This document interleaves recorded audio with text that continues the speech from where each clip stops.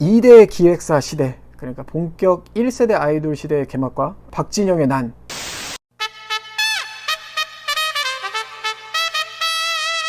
(96년에) H.O.T가 등장한 이후에 1세대 아이돌 시대가 개막이 됩니다. 뒤이어서 대성기획이 잭스키스, 제키를 데뷔시키면서 두 회사 간의 영혼의 맞다이가 이제 시작이 돼요. SES가 소녀 컨셉의 아이돌로 성공을 하자 대성기획 역시 핑크를 내놨고, 6인조 그룹 신화를 SM이 데뷔를 시켜서 성공을 시키자 7인조 아이돌 밴드 클릭비를 제작해서 플러스 원이라는 전략으로 시장을 SM과 대성기획이 양분을 하면서 많이 이름을 알리게 됩니다. 자, 일단 제작하는 가수마다 성공을 이뤘던 SM은 무너지지 않는 자신만의 왕국을 건설하기 위한 작업을 시작을 합니다. 왠지 10대들을 이용한 돈벌이라는 비난이 좀 많이 있었고, 립싱크도 장르다라는 그 희대의 명언을 남기면서 상당한 비아냥을 들었지만은 다수의 기획사가 사실 제2의 SM이 되고자 했었어요. H.O.T의 음악, SES의 음악, 이런 음악들이 뭐 가요계를 망친다, 저해한다, 뭐한다 해도 사실 지금 그 틀에서 그렇게 많이 벗어나지 않았고, 어떻게 보면 방탄소년단이 빌보드에서 지금 1위 할 수 있는 이유도 이런 아이돌 산업이 차근차근 걸어왔기 때문에 이게 가능한 거거든요. 근데 요즘 아이돌 진짜 실력이 되게 상향평준화가 된 거죠. 제키는 라이브 진짜 많이 했어. 제키는 라이브 엄청 많이 했어.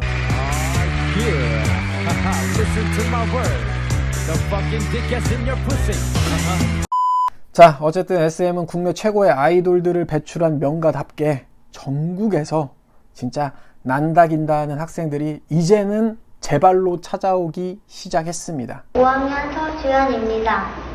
제가 좋아하는 거는 강아지이고요. 진짜 양질의 그 연습생들이 SM으로 진짜 다 몰리기 시작했어요. 근데 SM 뭐를 하느냐?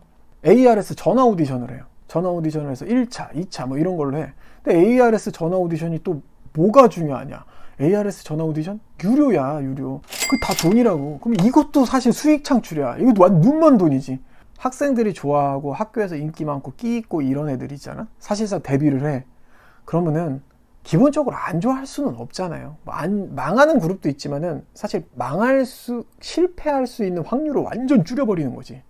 이러면은 사실은 망할 수가 없어. 라이벌로 군림했던 대성기획은 2대 기획사라고 불리던 만큼 SM 못지않게 많은 인재들이 이쪽도 제발로 찾아왔어요. 찾아왔는데 여기에 문제점은 뭐냐면은 언제나 그 본인 감에 100% 의존하던 이호연 사장 때문이었어요. 여기는 진짜 절대적인 감. 근데 그 감이 사실 겁나 좋긴 해. 근데 이제 갑작스럽게 제키가 해체를 하게 됩니다. 핑클에 대한 의존도가 상당히 높아졌어요. 그러면서 핑클이 안티가 더 많아졌어. 그런 이유 중에 하나가 핑클 때문에 제키가 자꾸 피해를 많이 본다고 생각을 하는 편인 것 같았어요. 근데 뭐 제키에 대한 대우가 안 좋은 건 사실이긴 해요. 뭐 뮤직비디오의 컬을 두 개를 봐도 7인조 아이돌 밴드였던 클릭비는 4인조로 이제 재편이 되는데, 그렇게 되면서 얼굴만 이쁘고 잘생긴 평범한 댄스 그룹이 됐어요. 클릭비 역시도 계약 종료가 좀 다가오고 있었던 그런 시점이었고요. 대성에서는 후속 아이돌이 나와야 되는 상황인데, 이 시점에서 뜬금없이 아이돌이 아니라 솔로 여가수를 내보냅니다. 그댄 행복에 살 텐데 라는 그 노래를 발표했던 리즈라는 가수가 본명이었던 엄지선으로 데뷔를 했는데 망했습니다. 그 와중에 이제 핑클이 대성과 다시 재계약을 했지만 핑클로서 활동을 하는 게 아니라 따로 활동을 하기 시작해요. 그리고 클릭비마저도 계약 만료 시점이 다가오면서 주 수입원이 끊길 위기에 처해져 있었어요. 솔로 1집을 냈던 이효리가 초대박이 납니다. 그래서 탄력 받고 SM의 플라이 투 더 스카이를 겨냥해서 R&B 듀오 투샤이를 내보냈는데, 1집은 그래도 뭐 한 중박 정도였던 것 같아요. 러브레터라는 노래를 타이틀곡으로 나왔는데, 이제 이 중박이란 얘기는 제 몫은 했다, 내 밥값 정도는 했다. 2집은 망했어요. 그래서 이제 해체크리를 탔고, 그리고 나서 이제 쌍둥이 듀오 샤인이 나왔죠. Too late, too late. 딱 봤을 때 뭔가 약간 박지윤이 2명 있는 느낌이었어. 결과는 망했습니다. 결국에 뭐 이렇다 할 후속 준비 없이 클릭비랑 그리고 이진, 옥주연, 성유리 씨가 계약이 만료가 되면서 다 이제 뿔뿔이 흩어지게 돼요.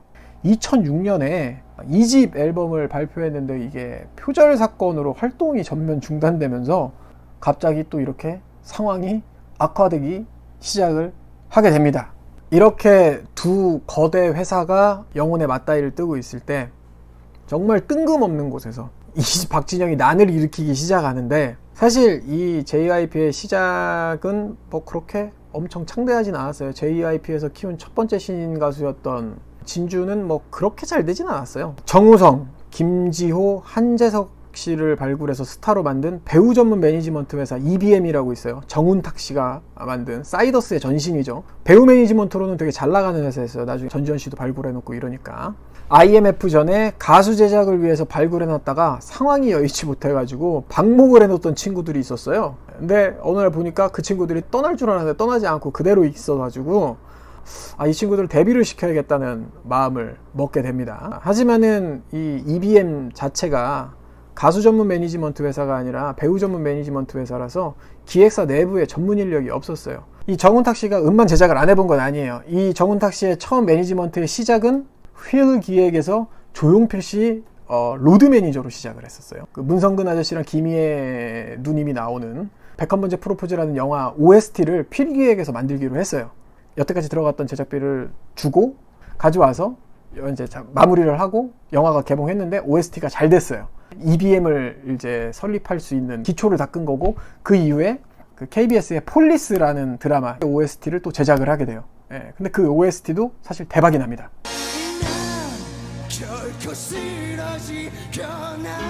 어쨌든 배우 전문 매니지먼트 회사이기 때문에 그 노하우 자체가 없었어요. 나름 조금의 친분이 있었던 박진영 씨에게 프로듀싱을 위탁을 하게 돼요. 대신 박진영 씨의 조건은 자기 입맛대로 만들겠다는 였고, 박진영 씨가 이제 가서 보니까 애들이 상황이 많이 안 좋은 거야. 요즘 대세는 남자 아이돌이다. 김태우 씨 본인이 데리고 있던 이제 가수예요. 박준영 씨, 손호영, 윤계상, 데니아는 사이더스 소속, EBM 소속이었고 김태우 씨만 JYP 소속이었던 거예요. 99년에 G.O.D를 데뷔를 시키는데, 이때 이제 박진영이 제작한 최초의 5인조 남성 아이돌이라는 타이틀로 좀 많은 홍보가 됐어요. 한국 최초로 효팝, 어머님께라는 노래로 데뷔를 했고, 세계 최초 생계형 아이돌, 그 어디에도 없는 컨셉 생계형 아이돌로 이름을 알리기 시작을 합니다. 이분들이 사실 10대 아이돌 그룹이라고 하기도 뭐한 게, 김태우 씨 혼자만 10대고 나머지 분들은 다 20대, 심지어 박준영 씨는 거의 30이 다 돼가는 사람, 30이 나가는 사람이었는데 나름 아이돌이야. 어쨌든 가요 프로그램에도 사실 많이 나오고 순위에도 어느 정도 오르고 뭐 나름의 좀 팬덤도 있고 했었지만은 사실상 기획사에서 만족할 만한 성과를 거두지 못해요. 이거 안 되면 진짜 끝내자라는 그 심정으로 2집을 G.O.D가 준비하게 됩니다. 그리고 이 시기에 비트랑 태양은 없다 라는 영화를 제작한 우노필름의 차승재 씨랑 SM에서 퇴사한 정혜익 실장이랑 함께 사이더스라는 회사를 만들게 돼요. 이듬해 나온 G.O.D 2집 역시 박진영 씨가 프로듀싱을 했고, 정혜익 씨의 그 매니지먼트 노하우가 합해지면서 점점 그 생계형 아이돌이었던 G.O.D가 진짜 아이돌의 모습을 갖추기 시작을 했어요. 이때부터, 2집 때부터.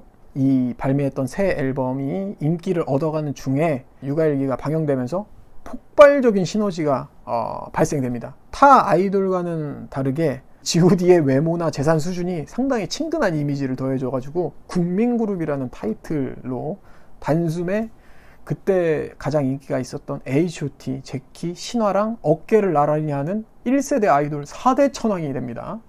특히 이제 제키가 은퇴하면서 3집 때 H.O.T에 비빌 정도로 팬덤이 엄청나게 세졌고, H.O.T마저 해체하자마자 사실상 G.O.D가 1세대에서 원탑이 되죠.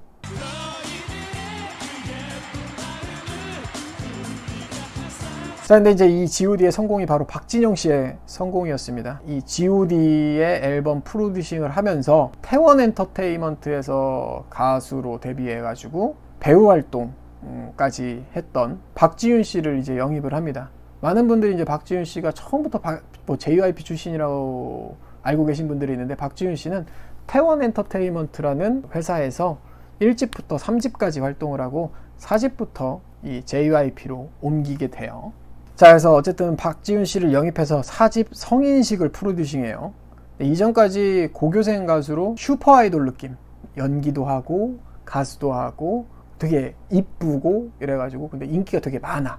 그러니까 박지윤 씨가 성인식 이전까지 뭐 인기가 없고 이런 게 아니라 박지윤 씨는 꾸준히 인기가 많았어요. 박진영 씨에게 프로듀싱을 받으면서 그 슈퍼 아이돌 이미지를 전혀 다른 인물로 만들면서 그 성인식이라는 그 섹시 컨셉을 그대로 도입을 해서 큰 성공을 이뤘습니다. 그와 동시에 박진영 씨가 자신 솔로 앨범도 내게 되죠. 난 여자가 있는데. 자기가 이제 프로듀싱한 가수들, G.O.D가 잘 됐고, 그리고 뭐 박지윤이 잘 됐고 했더니 잘 프로듀싱했던 가수의 버프를 받는 편이에요. 박진영 씨는 되게 신기한 게, 이렇게 인기 가수를 프로듀싱 해놓으면은 그 버프를 되게 잘 받는 것 같아요. 그래서 그게 자기 앨범에 영향을 미쳐. 그래서 자기 앨범도 잘 돼. 약간 그런 되게 특이한 케이스예요. 원래 본인이 인기 가수이기도 하지만은, 뒤이어서 쌍둥이 듀오 량현양아의 깜짝 성공까지 이어지면서 새롭게 떠오르는 엔터계의 라이징 선 박진영 씨가 됩니다. 이런 성공을 바탕으로 해서 2001년에 대형 AV에서 이사로 재직하고 있던 홍승성이라는 사람이 있습니다. 나중에 큐브 엔터테인먼트 사장이 되는 사람인데, 홍승성 씨랑 함께 이 태응 기획을 JYP 엔터테인먼트라고 이제 사명을 바꾸고 본격적으로 JYP를 출범하게 됩니다. 2000년대 초반의 JYP에는 큐브 엔터의 홍승성 사장, 그리고 JYP의 수장 JYP 박진영 씨, 그리고 지금 빅히트의 수장 방시혁, 세 사람이 지금 여기에 같이 몸을 담고 있었던 겁니다. 자, 어쨌든 SM과 대성이 만들어 놓은 틀에 의존했던 아이돌이 아닌 좀 변칙적인 플레이, JYP는 얼굴을 안 본다, 그런 변칙적인 플레이와 번뜩이는 아이디어, 뭐 갑자기 고교생 가수였던 박지윤을 성인식이라는 노래를 이렇게 만들어가지고 섹시 컨셉을 만들어준다든지, 생각지도 못하게 정말 춤을 잘 추는 쌍둥이 형제를 데리고 와서 초등학교 6학년인데 그냥 바로 음반을 내서 가수를 시킨다라는, 이런 재능만 있으면 바로 가수를 빨리 만들어버리는 그런 결단력이라든지, 이런 것들을 가진 박진영에 대한 기대감이 높았는지 업계 최초 대기업의 지원을 받아서 모바일 가수 노을을 데뷔시키게 됩니다. 그때 당시에 이제 SK텔레콤에서 그 동영상 플랫폼을 인터넷에 연결해서 하는 준이라는 서비스를 처음에 막 시작할 때였었어요. 준이라는 플랫폼을 기반 삼아서 박진영 버프로 상당히 이 노을이라는 그룹을 많이 홍보를 했는데, 그런 거에 비해서 노을이 크게 성공하진 않았어요. 이름은 정말 많이 알렸죠. 예, 왜냐면 광고가 해가 뜨고 나실 때 하늘이 붉게 물든 녀석, 뒤이어서 남자 솔로 가수 B를 제작해서 야리끼리 하죠. 말 그대로 밥값합니다. 여자 솔로로 별을 제작했는데 오히려 별이 더 잘 된 케이스지. 별 1집은 나오자마자 잘 됐으니까. 근데 B는 타이틀곡은 잘 안 됐지만 후속곡이 잘 된 편이었고, 그렇게 해서 이 JYP 엔터테인먼트 소속 가수의 라인업을 좀 탄탄히 다졌어요. 이름빨 있는 가수들이 라인업이 이렇게 신인 가수들로 해서 쫙 채워진 거죠. 그 이후에 이제 2집을 낸 B가 국내 원탑 솔로 가수로 성공하면서 이제 박진영의 JYP가 3대 기획사로 가요계를 천하 3분지론 위초고로 나누듯이 쫙!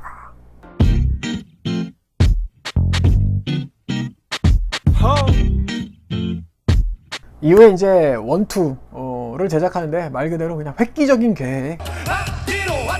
성공의 이면에 원 소속사였던 사이더스와 위탁 소속사 JYP 간에 좀 재계약 다툼으로 G.O.D가 갈등이 생겨가지고 윤계상 씨를 제외한 4명만 JYP로 완전 이적을 해서 공백이 생겼고, 정말 여러분들께 죄송하고, 성인식은 사실 엄청난 성공이었는데 그 이후로 박지윤 씨가 라이징에서 고점을 찍은 거야. 주식으로 보면 이제는 계단식 하락을 하는 거지.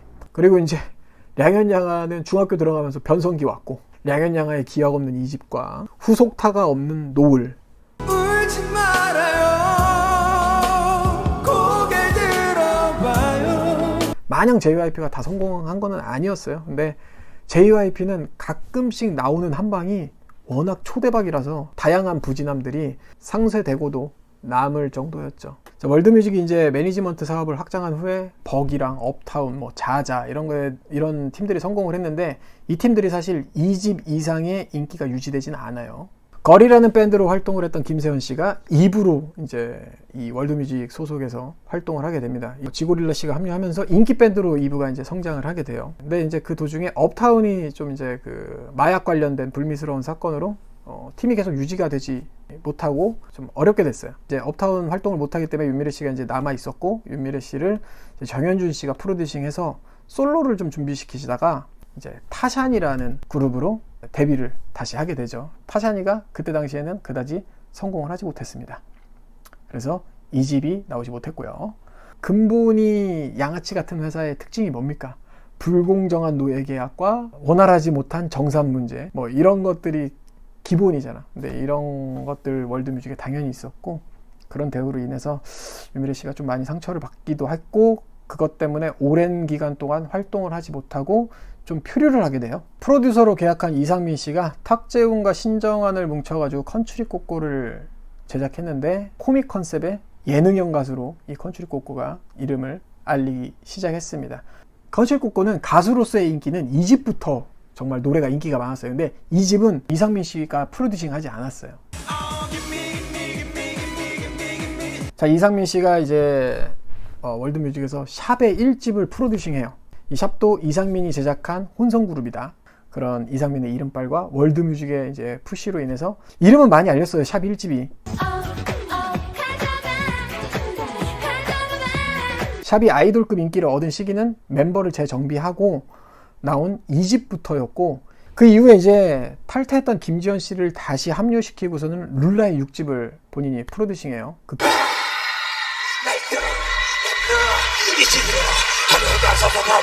아직 룰라의 인기가 건재하다는 거를 알려줘요. 아, 룰라 아직 죽지 않았다. 그리고 6집을 끝으로 월드뮤직과 관계를 정리하고, 룰라 시절의 스태프들과 룰라 시절에 이제 매니저로 있었던 사람을 사장으로 앉혀가지고 A&B 엔터테인먼트를 만들어요. 그래서 이 A&B 엔터테인먼트에서 샤크라 1집, 이제 룰라 재결합 때문에 체리나 씨가 탈퇴했던 디바를 재정비해가지고 좀 약간 이전과 다른 스타일로 디바 4집을 제작을 하게 돼요. 두 팀 다 큰 성공을 해요. 그러면서 프로듀서로서 이상민 씨가 부각이 되고, 당시에 뭐 잘 나가고 있었던 같은 소속사는 아니었지만 잘 나가고 있었던 컨츄리 꼬꼬, 그리고 1집에서 손을 댔던 샵 역시 이 시기에 아주 큰 인기를 모으고 있었기 때문에 그 펌프가 작용하기 시작을 하죠. 이상민이라는 네임밸류가 프로듀서로서 네임밸류가 많이 올라왔어요.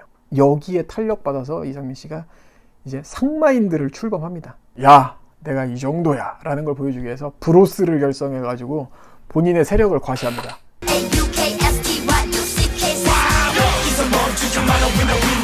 이상민 씨 자체 내에서 뿜어져 나오는 그 기가 그 정도였는데, 사실상 여기까지였어요. 이상민 씨의 그 프로듀서로서의 능력은 딱 여기까지였습니다. 상마인드 출범 이후에 제작한 모든 앨범이 망했다고 볼 수 있어요. QOQ, 엑스라지, 본인의 자산까지 투자해서 이 두 그룹을 만들었지만은 둘 다 크게 망했습니다. 김지현 씨 솔로 2집 망했어요.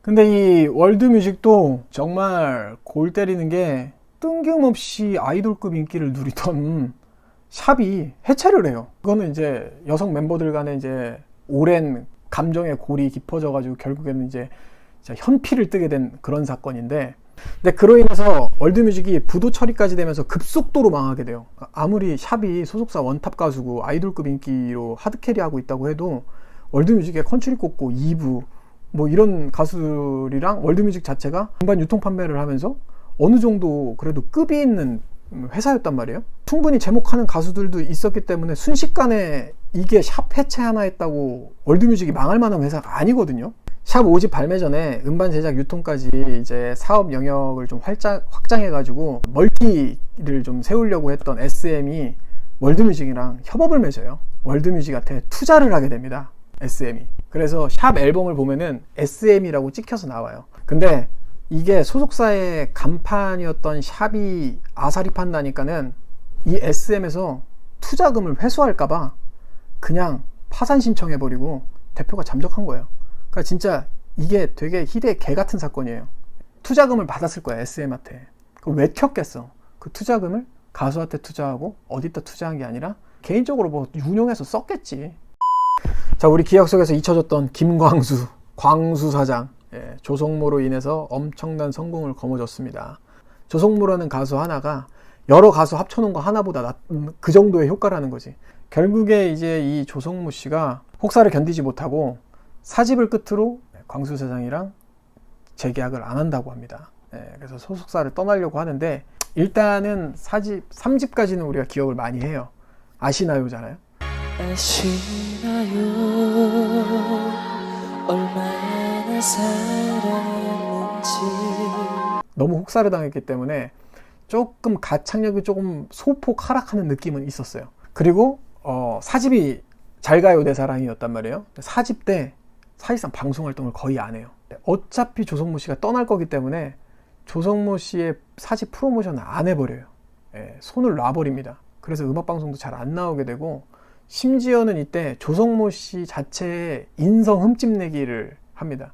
야, 조성모는 이제 가요대상 대상 안 줄 거면 참석 안 한다. 음반 판매량도 좀 많이 낮아지게 되고, 조성모 씨가 이제 어쨌든 나가요. 이제 5집 앨범을 많은 분들이 기억하시겠지만은 피아노라는 노래가 담겨있는 5집 앨범인데, 사실 5집 앨범이 좀 일찍 나오려고 했어요. 2002년도쯤이었나? 그때 조성모 씨 베스트 앨범이 나와요. 신보가 나올 거라는 얘기가 있었는데 갑자기 조성모 씨 베스트 앨범이 나옵니다. 에이스 오브 소로우라는 정준호랑 권상우, 신은경이 나왔던 뮤직비디오를 가지고 프로모션했던 조성모 베스트 앨범이 있을 거예요. 지금처럼 그대 미소 잃지 마요. 되게 양아치 짓인 게 뭐냐면은 신보가 5집이 나올 거야. 근데 그 앞에 조성모 히트곡을 싹 다 모아놓은 베스트 앨범을 내. 그럼 사람들 뭘 사? 사실은 베스트 앨범을 더 많이 사게 되죠. 그러니까 조성모 씨가 5집을 내려고 하다가 안 내요. 내 사랑 지켜만 봐도 안 될까요? 스타뮤직에서도 그렇게 혹사를 당하고 막 심지어 폭행까지 당하고 이랬던 김종국 씨가 사실 같이 하고 싶겠어? 나와서 김종국 씨가 터보를 하고 싶었지만 그렇게 놔줄 수가 없잖아. 5집 때 역시나 사실 터보가 상당히 인기 그룹임에도 불구하고 터보로 독립을 못해요. 김종국 씨는 그냥 재계약을 안 하게 됩니다. 그때 이제 그런 얘기가 나온 거지. 너 내가 가수 잘 되나 한번 두고 보자. 사실 김종국 씨 1집이 김종국 씨가 인기가 많으니까 잘 될 수 있었는데 생각보다 큰 기억이 없는 거야. 아무튼 밖에 나가서는 터보로 활동 못한다고 하고서는 그래놓고 마이키랑 김정남을 합쳐서 터보 베스트를 내네? 거기에 하리수 껴가지고. 그러니까 이런 거 강수 사장 이런 거 나 잘해. 컴필레이션 만드는 거 잘해. 그리고 나서 이제 남궁현 씨랑 신해철 형님을 꼬드겨가지고 실력파 밴드를 만든다고 도와달라고 해서 해철이 형이 진짜 물심양면으로 프로듀싱 해가지고 문차일드 1집을 제작을 하게 됩니다. 그래서 문차일드가 데뷔를 하게 되죠. 지금 MC 더 맥스의 전신이에요. 예. 신해철 씨가 만든 곡으로 이제 데뷔를 했는데 좀 대중성이 떨어진다고 판단했나 봐요. 신해철 형님이 하는 음악은 진짜 락밴드 음악과 뭔가 그 새로운 이미지 막 그런 걸 눌러서 되게 진짜 신경을 많이 써가지고 그렇게 만들어줬단 말이야. 이게 이제 반응이 별로 없다고 생각하니까 바로 윤일상 씨가 만든 그 곡 후속 활동을 시키면서 좀 문차일드라는 밴드의 좀 색깔을 좀 많이 퇴색시키고 애초에 이제 신해철 씨를 꼬드겼던 얘기와는 전혀 다른 방향으로 이제 아이돌 밴드화를 시켜버리게 되죠. 그리고 이제 문차일드 2집이 나오는데 2집 때는 흥행을 당연히 많이 했어요. 노래가 좋아서. 이제 사랑하니까라는 노래는 이경섭 씨가 만든 노래거든요. 이경섭 씨가 프로듀싱하고 그 밴드적인 요소가 거의 배제가 됐다고 보면 돼요. 문차일드에게. 대중성 있는 발라드 곡을 부르는 그냥 락 발라드 밴드라고 그 모습을 보고 신해철 형님이 엄청 빡쳤다는 얘기가 있어요. 자, YG 엔터테인먼트 같은 경우에는 이 시기에 이제 진우션 원타임 그리고 양현석 씨 본인 솔로 앨범으로 어느 정도 힙합 레이블로서는 정체성이 이제 확실하게 드러났어요. 이로 인해서 아이돌 말고 한국 힙합 키드를 꿈꾸는 많은 인재들이 YG 엔터테인먼트의 문을 두드리기 시작을 합니다. G드래곤, 태권으로 활동했던 태양도 이때 YG 엔터테인먼트의 연습생으로 들어오면서 진우션이나 원타임의 뮤직비디오에 출연하기도 하고 뭐 G드래곤 같은 경우에는 같이 이제 무대도 쓰기도 하고 데뷔 전부터 이제 이분들의 이제 미래에 어떤 형태로 가수로 데뷔하게 될지에 대한 기대를 모으게 되죠.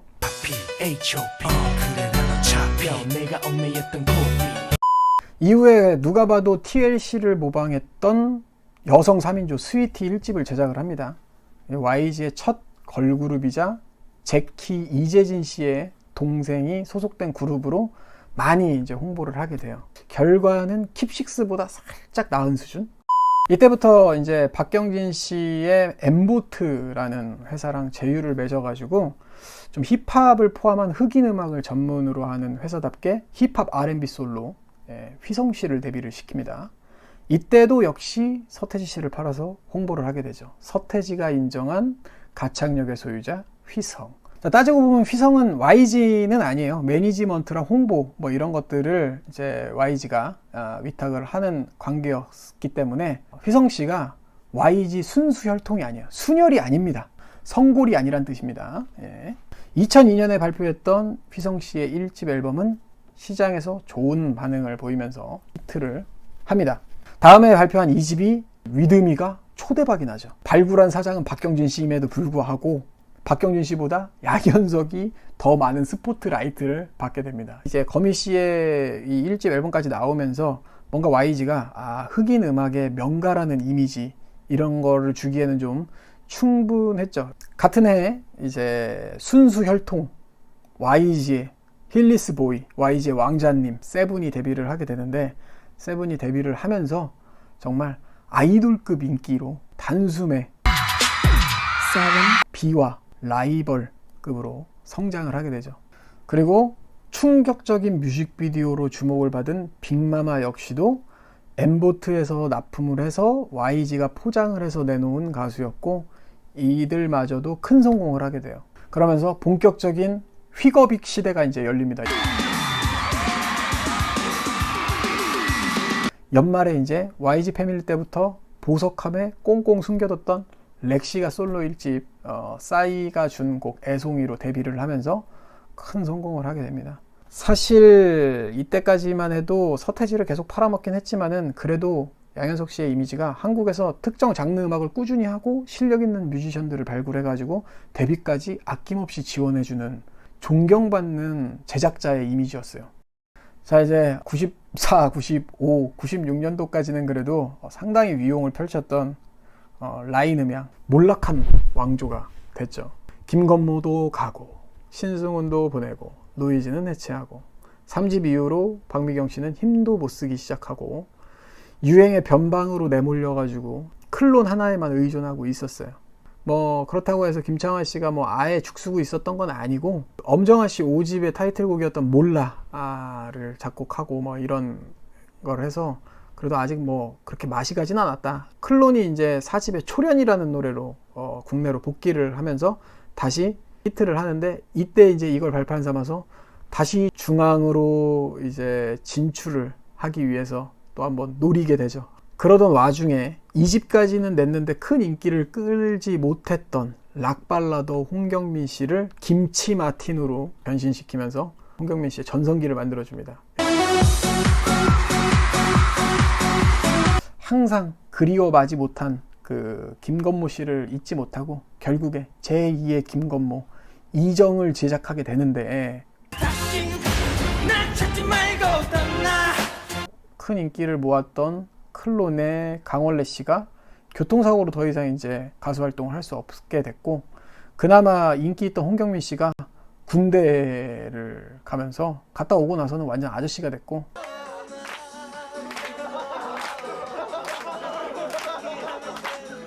자, 이어서 뮤직비디오의 그 노출 수위로 좀 어그로를 끌면서 데뷔했던 채연 1집은 중박까지는 아닌데 군대에서 대박이 납니다. 2집을 만들게 되는데 이 집에서 둘이서가 진짜 큰 성공을 하게 되죠.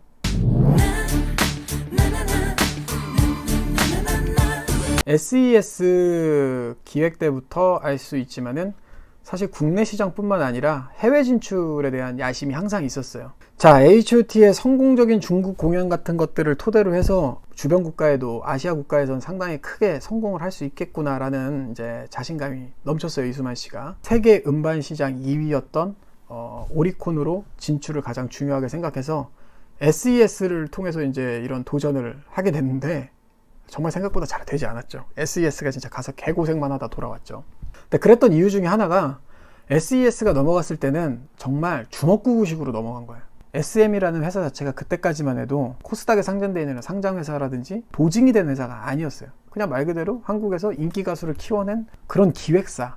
사실상 그러면 이거는 신용의 문제인 거죠. 그럼 보증된 신용이 없기 때문에 이 사람들에 대한 현지 투자라든지 뭐 이런 협약이라든지 제대로 이루어질 리가 없기 때문에 말 그대로 진짜 주먹구구식으로 운영이 됐던 거예요. 그 모든 것들이 사실은 체계적이지는 못했다 이거죠. 엔터 업계 최초로 주식 상장을 시도하게 됩니다. SM이. 이전의 업계에서는 생각조차 하지 않았던 시도였어요. 그 이유 중에 하나가 상장을 한다는 것 자체가 투자자들이랑 이익을 나누겠다는 얘기고 상장회사이기 때문에 투명성이 있어야 돼요.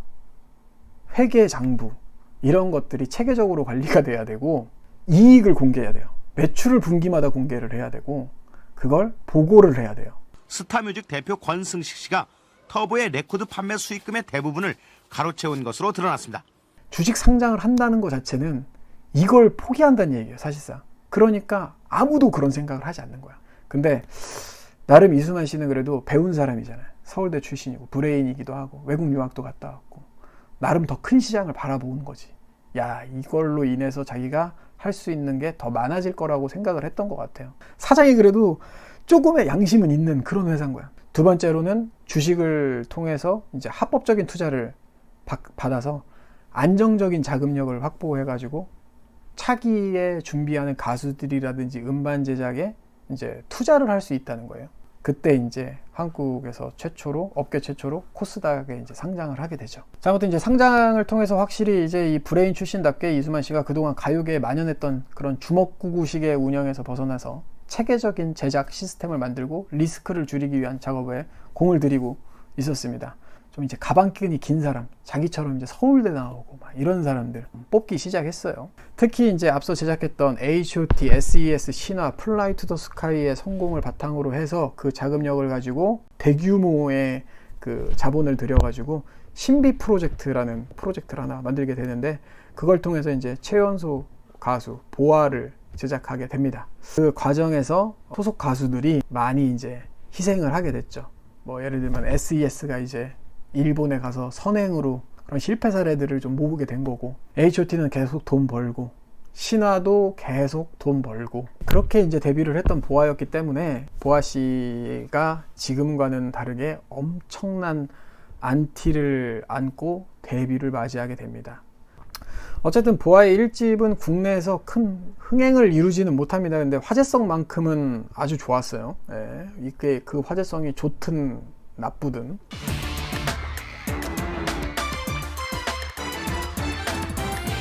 뭐 근데 어차피 한국에서 낸 1집은 이것은 그냥 맛배기용이다, 티저다 라고 생각을 하신 거죠. 월드 버전 앨범을 하나 발표를 하고 그 활동을 종료하고 일본으로 건너가서 이제 오리콘 데뷔를 준비합니다. 그래서 그 준비를 하면서 프로모션도 했고 대형 이제 기획사들 관계자들이 모인 무대를 만들어 가지고 프로모션도 하게 되고 오리콘 데뷔를 하게 되죠. 근데 이제 그 시기에 H.O.T가 해체를 하게 돼요. 네, 인기 그룹 H.O.T가 사실상 해체됐습니다.